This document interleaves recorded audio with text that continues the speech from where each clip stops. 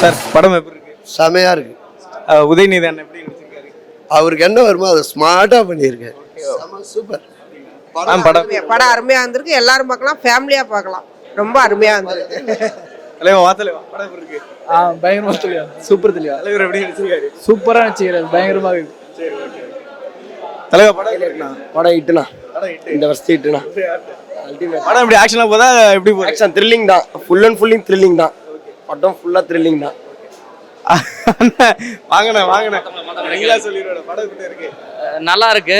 என்னன்னா வந்து ரொம்ப ரொம்ப த்ரில்லிங்காகவும் மகிழ் திருமேனி வந்து பார்த்தீங்கன்னா ரொம்ப டிஃப்ரெண்ட்டாக கொடுத்துருக்காப்புல. அடுத்தது என்ன நடக்கும் அடுத்தது நடக்குன்ற மாதிரி வர ஒரு விஷயம்.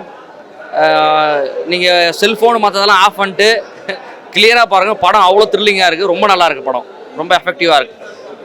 வில்லன் ஹீரோ அப்புறம் ஹீரோயின் இவங்களோட காம்பினேஷன்.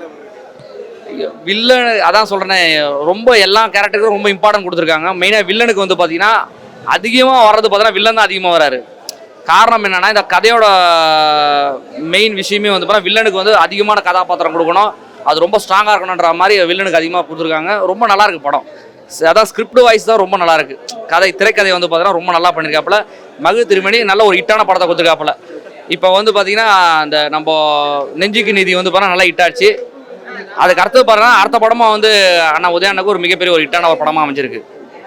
ஃபைட் சீனு ஆக்ஷன் சீன்லாம் சூப்பராக இருக்குது. அதெல்லாம் வார்த்தைகளே கிடையாது. ரொம்ப நல்லா பண்ணியிருக்காங்க. மியூசிக் நல்லா இருக்குது, திரைக்கதை நல்லா இருக்குது, படமும் ரொம்ப நல்லா இருக்குது, ரொம்ப த்ரில்லிங்காக இருக்குது. படம் வேற லெவல்னா, ஒரே பஞ்சில் முடிச்சிட்டாப்ல. அண்ணன் எப்படி அடிச்சிருக்காரு? பயங்கரம் பயங்கரம். லாஸ்ட் 10 நிமிஷம் பிரிச்சு மெரிஞ்சிட்டாரு. தலைவா தலைவா தெளிவா நல்லா தெளிவா, சூப்பரா தெளிவா படம்.